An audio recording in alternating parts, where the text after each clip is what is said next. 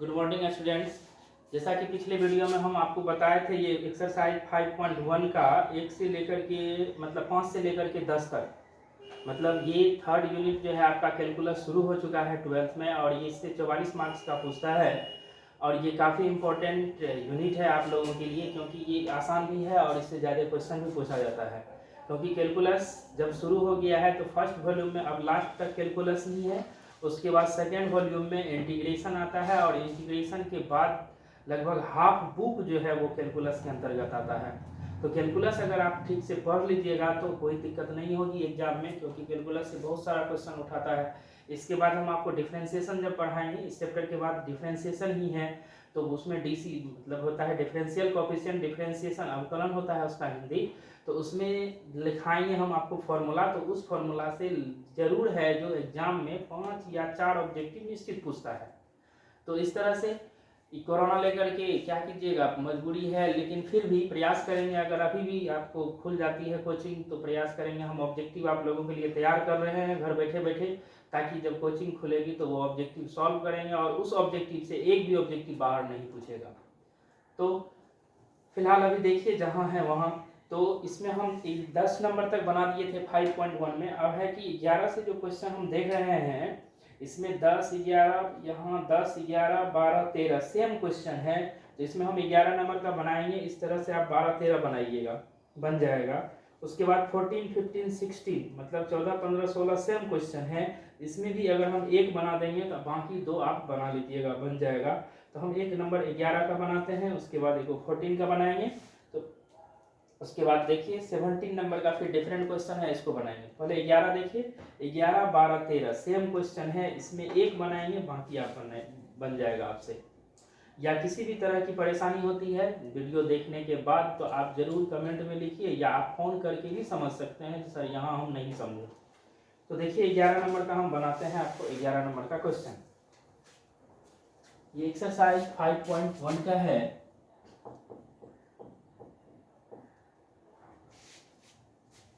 ग्यारह नंबर बहुत आसान क्वेश्चन है।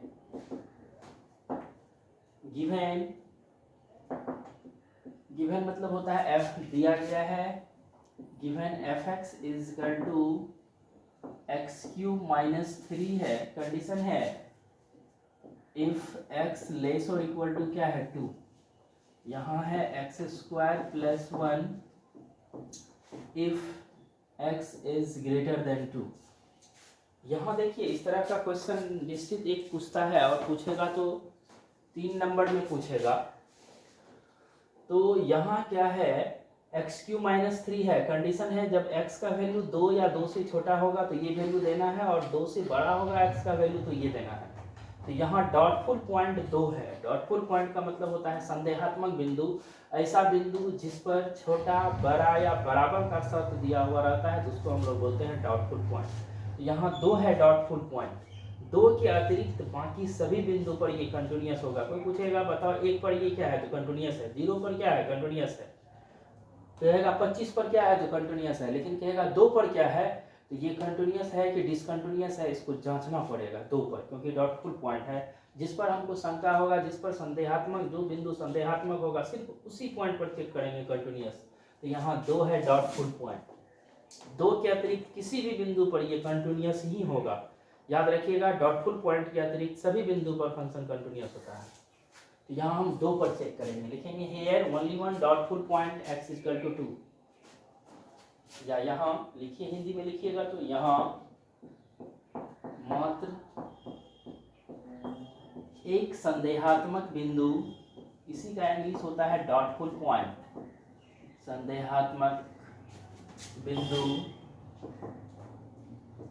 x = 2 है। तो जो संदेहात्मक बिंदु है उसी पर चेक करना है, इसलिए x = 2 पर f के संतत होने की जांच। संतत का इंग्लिश कंटिन्यूअस होता है, संतत होने की जांच।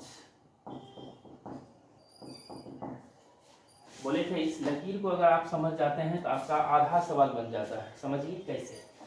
ये होगा x = 2, और इधर आएंगे लेफ्ट साइड तो माइनस होगा, और जब इससे इधर जाएंगे राइट साइड तो ये प्लस होगा। अब देखिए x का वैल्यू अगर 2 है तो ये वैल्यू आएगा, क्योंकि इक्वल लगा हुआ है तो 2 देंगे तो 2 का क्यूब माइनस 3, अर्थात f2 का वैल्यू आएगा 2 का क्यूब माइनस 3। इसको जब सॉल्व कीजिएगा 8 माइनस 3 क्या होगा 5, 2 का पावर 3 8 होता है, ये नहीं समझिएगा 2 का पावर 3 6 होता है, गलत हो जाएगा। 2 से छोटा के लिए ये होता है x क्यूब माइनस 3, 2 से छोटा के लिए क्या होता है x क्यूब माइनस 3, और 2 से बड़ा के लिए होता है एक्स स्क्वायर प्लस 1। अब तीनों का वैल्यू निकालेंगे, अगर ये तीनों सेम हो जाएगा तो कंटिन्यूअस होगा, अगर इस तीन में से कोई एक डिफरेंट होगा तो वो हो जाएगा डिसकंटिन्यूअस। अब इस पॉइंट पर वैल्यू है 5, ये होगा एलएच लिमिट और ये क्या है आरएच लिमिट। अगर तीनों मान सेम होगा तो कंटिन्यूअस होगा, नहीं तो ये क्या हो जाएगा डिसकंटिन्यूअस। तो लिखेंगे चूंकि f2 का वैल्यू है 5, ये है LH limit, limit x tends to 2 minus fx, limit x tends to 2, 2 से छोटा के लिए fx का वैल्यू है x क्यूब माइनस 3, फिर x का लिमिटिंग वैल्यू यहाँ 2 देंगे, 2 का क्यूब माइनस 3 ये हो जाएगा 5।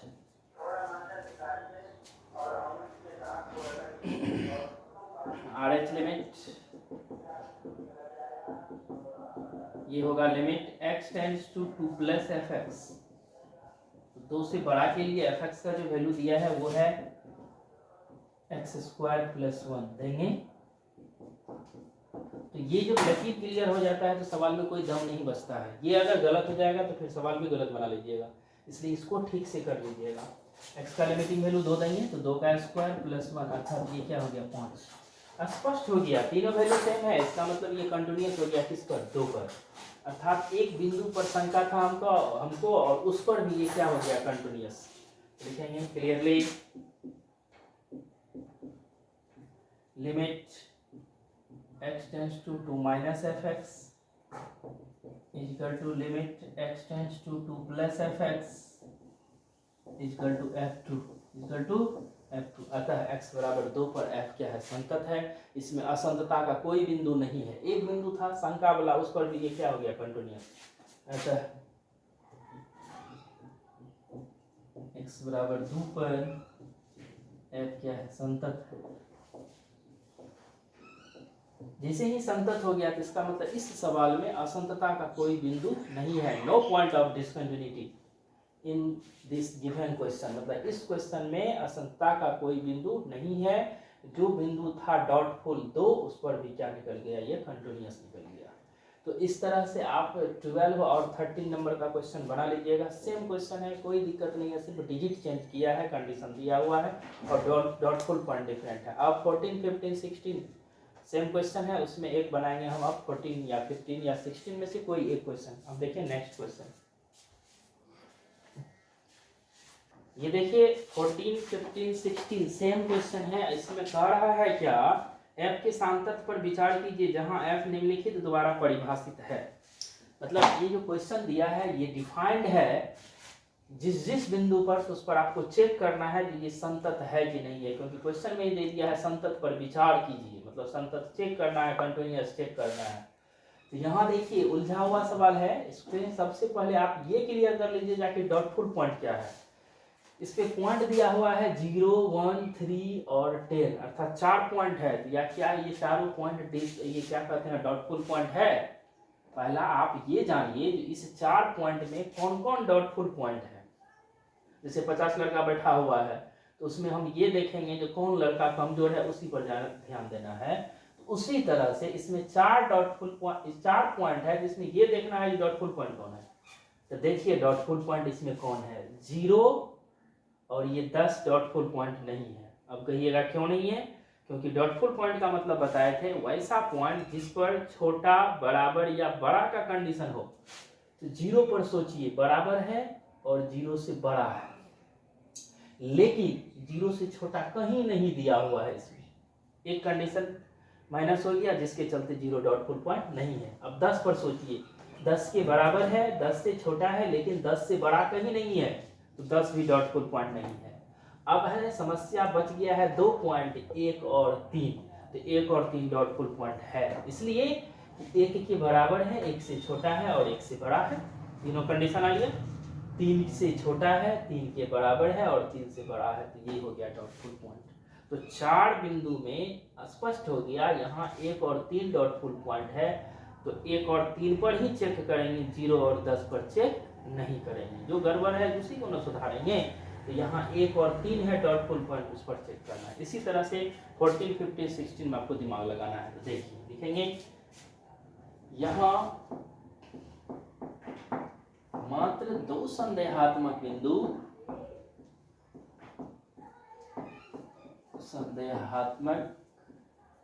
बिंदु x इक्वल टू 1 and 3 है। ये एंड है, ये एंड है, मतलब x, ये 2 बिंदु संदेहात्मक है, 1 और 3। तो पहले हम बारी बारी से चेक करेंगे। 1 पर चेक कर देते हैं, फिर 3 पर चेक करेंगे। तो लिखते हैं बिंदु x बराबर 1 पर f के संतत होने की जांच।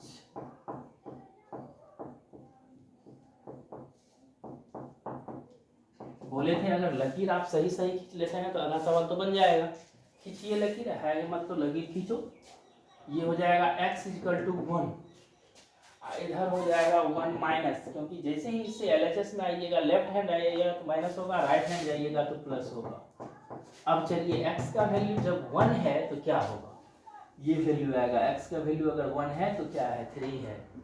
f1 का वैल्यू 3। 1 से छोटा के लिए भी वही मान आएगा, fx का वैल्यू 3, लेकिन 1 से बड़ा के लिए ये वैल्यू आएगा, fx का वैल्यू 4। ये तो स्पष्ट हो गया, ये तीनों मान सेम नहीं है। इसका मतलब ये क्या है, डिसकंटिन्यूअस है, ये संतत नहीं है। लिखेंगे चूंकि f1 का वैल्यू है 3, ये LH लिमिट है, limit x tends to 1 minus fx। 1 से छोटा के लिए fx का मान देखो क्या है, 3 है। RH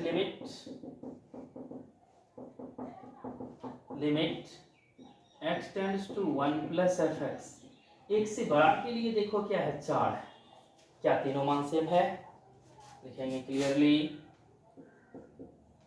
limit x tends to 1 minus fx does not equal to limit x tends to 1 plus fx। इसका मतलब होता है x बराबर 1 पर f असंतत है या संतत नहीं है। जो लिखना है लिखिए, असंतत। तो 2 डाउटफुल पॉइंट था, 1 और 3। 1 पर ये निकल गया डिसकंटिन्यूअस। अब 3 पर भी चेक करना है, ये डिसकंटिन्यूअस होगा कि कंटिन्यूअस होगा। चलिए पुनः f की इसे पुनः बिंदु x बराबर 3 पर f के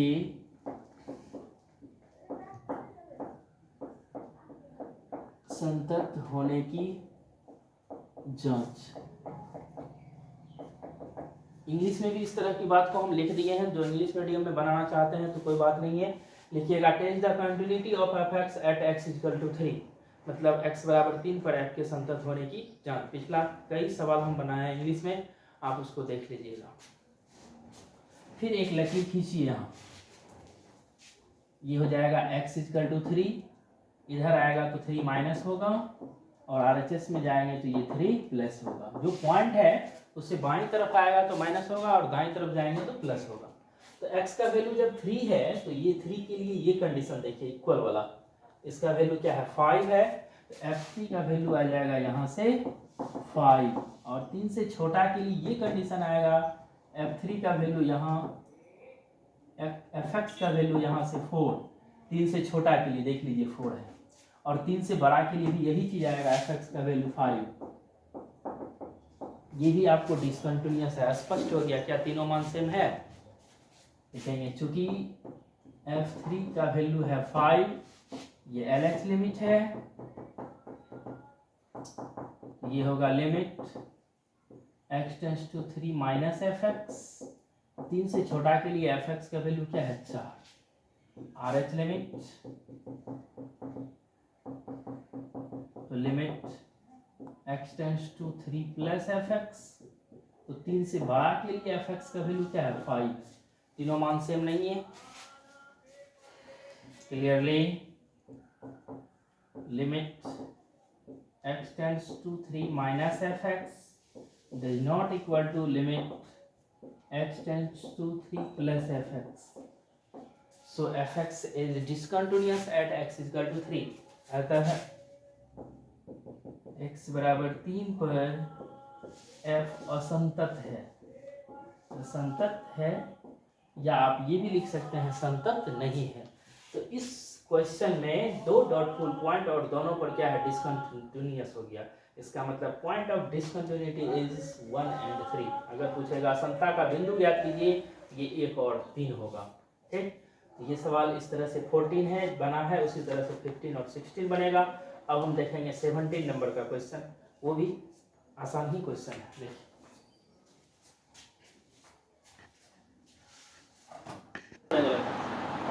गिवन फंक्शन, देखिए 17 नंबर में कह रहा अच्छा क्वेश्चन है, पूछता है इस टाइप का क्वेश्चन एक को दिया है एनसीईआरटी में। कह रहा है to find the value of A and B, मतलब ए और बी का मान ज्ञात करना है।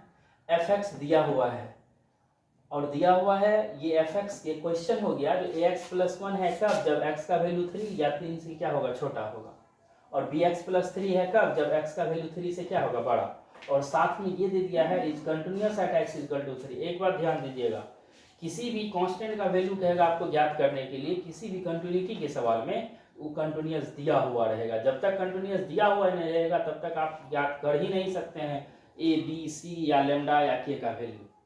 इसलिए इसमें दे दिया है given function is continuous at x is equal to 3। तो जब कंटिन्यूअस दिया हुआ है 3 पर, इसका मतलब इस बिंदु पर एल एच लिमिट और आर एच लिमिट का मान सेम होगा। पढ़ाए हैं किसी भी बिंदु पर अगर कंटिन्यूअस होता है तो उस बिंदु पर L H limit are H limit और उस बिंदु पर का मान क्या होता है सेम होता है। तो 3 पर कंटिन्यूअस दिया है, इसका मतलब इस पर एल एच लिमिट और आर एच लिमिट दोनों क्या होगा सेम होगा। तो देखिए हम बनाते हैं सॉल्यूशन। हम लिखते हैं गिवन फंक्शन इज कंटिन्यूअस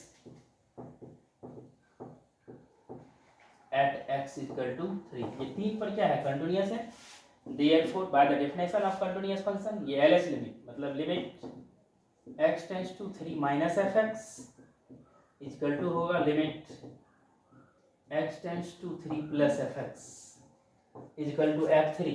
तो यहाँ f3 और LH लिमिट दोनों सेम होगा। f3 देंगे तो यही चीज आएगा और LH लिमिट में भी यही चीज आएगा, इसलिए वो पॉइंट हम नहीं लिखे हैं। जब कंटिन्यूअस है इसलिए बीच में इक्वल दिए हैं, अगर कंटिन्यूअस नहीं रहता तो इक्वल नहीं देते, तब तो मान निकालना पड़ता है। अब देखिए इसका value limit x tends to 3 से छोटा के लिए एफ एक्स का मान ये आएगा ए एक्स प्लस 1, और यहाँ होगा 3 से बड़ा के लिए एफ एक्स का मान होगा बी एक्स प्लस 3। अब इसको सॉल्व करेंगे, यहाँ x का लिमिटिंग वैल्यू देंगे 3 तो 3a प्लस 1 होगा, यहाँ x का लिमिटिंग वैल्यू देंगे 3 तो 3b प्लस 3 होगा, मतलब ये होगा 3a plus 1 equal to 3b plus 3 हो जाएगा। इसको सॉल्व करेंगे 3a minus 3b equal to 3 minus 1, 3 common लेंगे तो a minus b equal to 2, अर्थात a का value a minus b equal to होगा 2/3।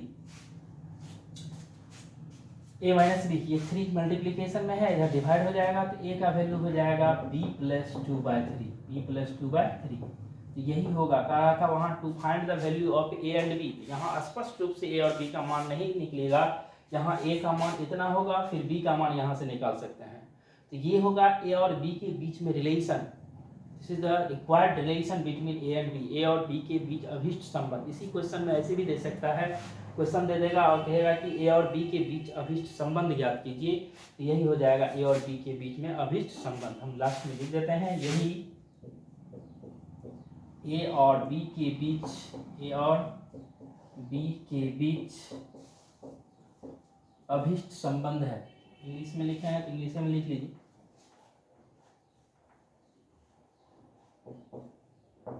This is the required relation between A and B, relation between A and B, मतलब A और B के बीच अभिष्ट संबंध है, या आंसर भी आपको इतना ही दिया हुआ रहेगा। तो आज आपने देखा 17 तक, तो आज की वीडियो में इतना ही रहेगा। अब 18 नंबर से भी क्वेश्चन है, प्रयास कीजिएगा बनाने का, बनेगा तो ठीक है, नहीं तो कल से फिर 18 नंबर का बनाएंगे। आज इतना ही रहेगा, धन्यवाद।